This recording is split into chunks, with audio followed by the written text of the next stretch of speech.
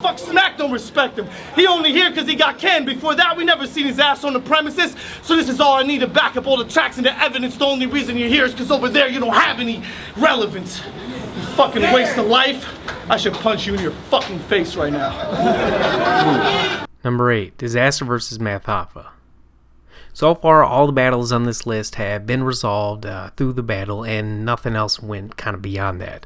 But showing that not all issues between battlers can be resolved through battle, Dizaster vs. Math Hoffa shows what happens when a grudge match doesn't end peacefully. Math Hoffa and Dizaster have had an extremely long, extremely complicated, and extremely interesting relationship. For years they went back and forth on Twitter and interviews going in at one another. Then it stopped and they seemed to be good. On top of that, they were both really big figures of this particular coast. Math Hoffa was really big on the East Coast and Dizaster was kind of the face of the West Coast. Then they were at URL's 2012 Armageddon event together, doing just fine. I don't know what the fuck else to say. Hi, it's me and Math. Yo. Hey, yo, what's up, son? Yo, my name Matt, so I probably do shit with numbers. Get out my face. Get out my face, son. Get him. Yo, it's my name. Yo, the shit got shut down, my bad. I know he probably gonna still do the battle tonight. Only a few months after that, Math was in Dizaster's corner and even seemingly had his back during the battle with Arcane. Rare and stay bloody.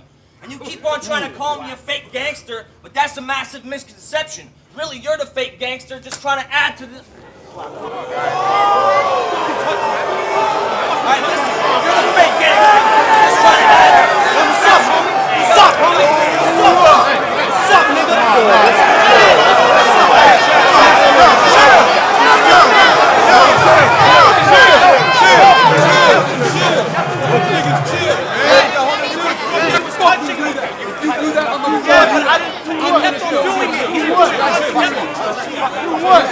The two also appeared side by side in Total Slaughter and, again, seemed to be totally fine with each other, no issues. The two did battle on the show and Dizaster was deemed to be the winner of that battle.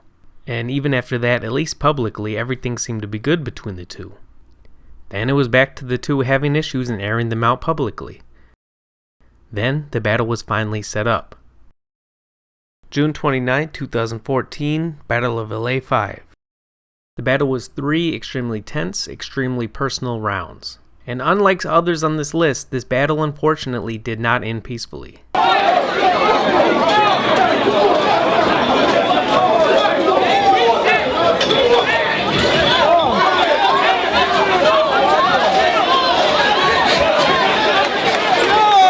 Since this battle and what happened after happened, it has blown up on Facebook and Twitter and all these different formats, and it's come up in practically every battle that the two have had since. So still in a way, this is still a grudge match because there's still issues between the two.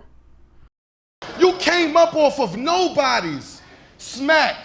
This is the legend y'all chose? The irony that a nigga could get a name off John Doe's.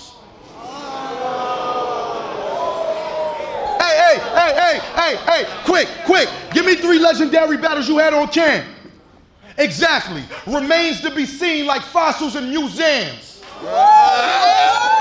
Number 9, Murder Mook vs. Iron Solomon.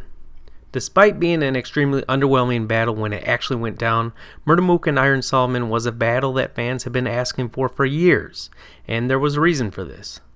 Both these guys were from New York, Manhattan in particular, although they're from different parts.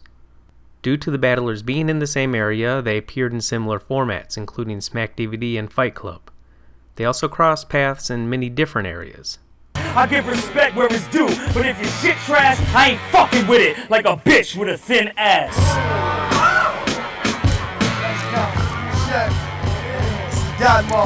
So Iron Solomon, if you did get in a battle, say, for example, if Iron Solomon battled Murder Mook, who would be your partner? Would you be down for something like that?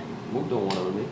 Oh. Hey man, this is all for the love of the entertainment business, baby. Iron Solomon claims, although Mook denies, that the battle between the two was set up on multiple occasions in the past, and that Mook canceled last minute. In terms of this, the two took very different approaches. On several occasions, Iron called out Mook. You ain't nice, it's madness. That's why you madness compared to Arsenal. You horrible, don't try to match wits. And that don't even get to include Clips math. No can do X fact. Thesaurus 2, ill Mac. Loaded Lux, I add the total up and you dead last. Right after J Mills and Mook's bitch ass. If you hot in the underground, I'm Lucifer. You getting way more shine than you deserve. I'm only battling this bitch cause Mook was scared. However, Mook generally maintained a laid-back attitude towards Solomon. Do you feel like, you've watched his battles before. Did you see anything that you were just like, wow, he killed that guy? Or Nah. No? I never really. He never killed anyone to you? Nah. I mean, but to each his own. One person garbage is another person treasure. I can't really say what it is, but, I never really was that impressed with him. I just thought he knew how to rap. You feel me? But in order for somebody to impress me, it's a difference.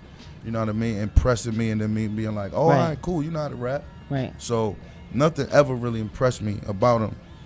For him to be calling me out since 2004. I believe he's good at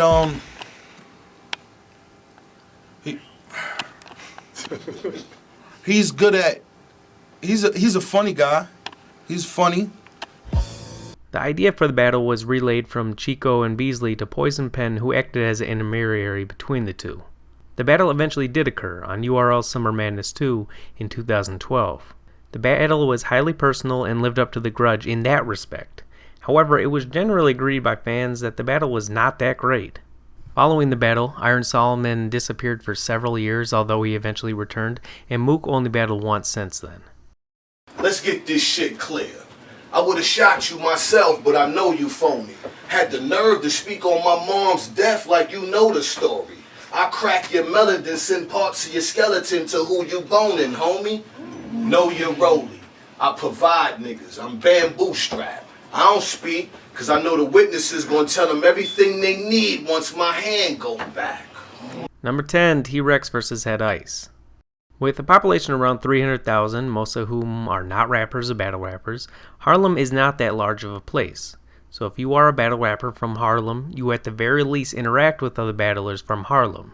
Sometimes you battle, for example, Unkasa vs. TRex, J Mills vs. Murder Mook, and Swave Seva vs. Hadice. TRex and Hadice are both from Harlem, and as a result interacted with each other frequently. You can see lots of videos online with them two together for interviews or ciphers, or simply being in the same group of people on video. In 2009, TRex issued a challenge to Hadice. After the formation of URL in November, Ice responded to TRex. My little bitch, I went shopping for you. Got you the nice joints. Don't never say I ain't do nothing for you, faggot. You know what I'm saying? How you like those? Huh? Daddy went and got you some Jordans, bitch. Of course I'm gonna take that. Why would I let a bust-ass nigga like that say something about me and not put him in his place for that dumb shit? He lucky we doing it on camera, because he ain't even built like that. Be honest with you, to be sitting in any area where you were sitting at, addressing any situation that got to do with me. You got the nerve to tell me I'm dead ice? I'm gonna see you for that, homie. And it sort of died down for about a year, and the two had no public interaction negatively between the two. Then, following URL's night of main events, in which Hollow and Goods was the headliner, rumors emerged about a fight between the two, or something along those lines. Several on Twitter spoke about the supposed incident, this while Hadice denied the rumors. 2 days later, TRex dropped a blog to address the rumors, in which he also went at Hadice on a more personal level. Rumors going on. Everybody want to know what happened at the battle. Everybody talking on Twitter. What's going on? Look at me. I think I look alright. Hair a little nappy, but I think I look regular.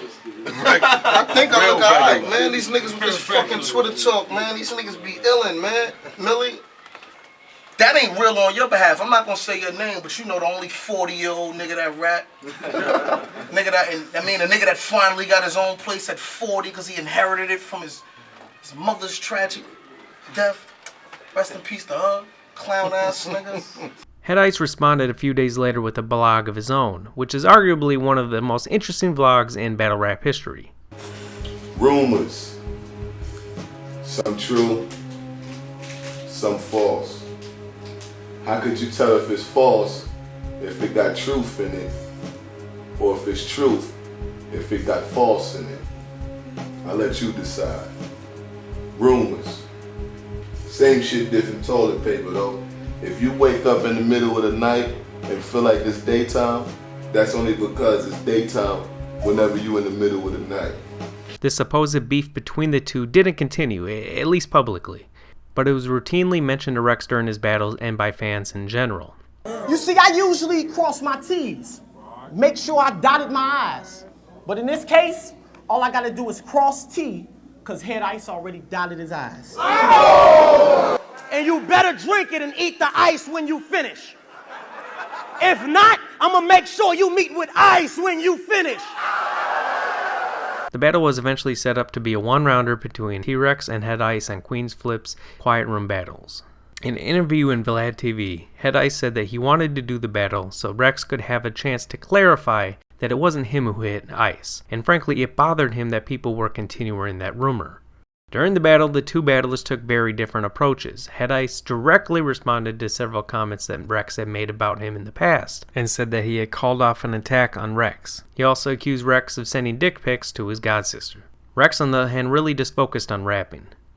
Throughout his entire round, there was really only one person who sent Hadice's way, which was an accusation of Ice snitching.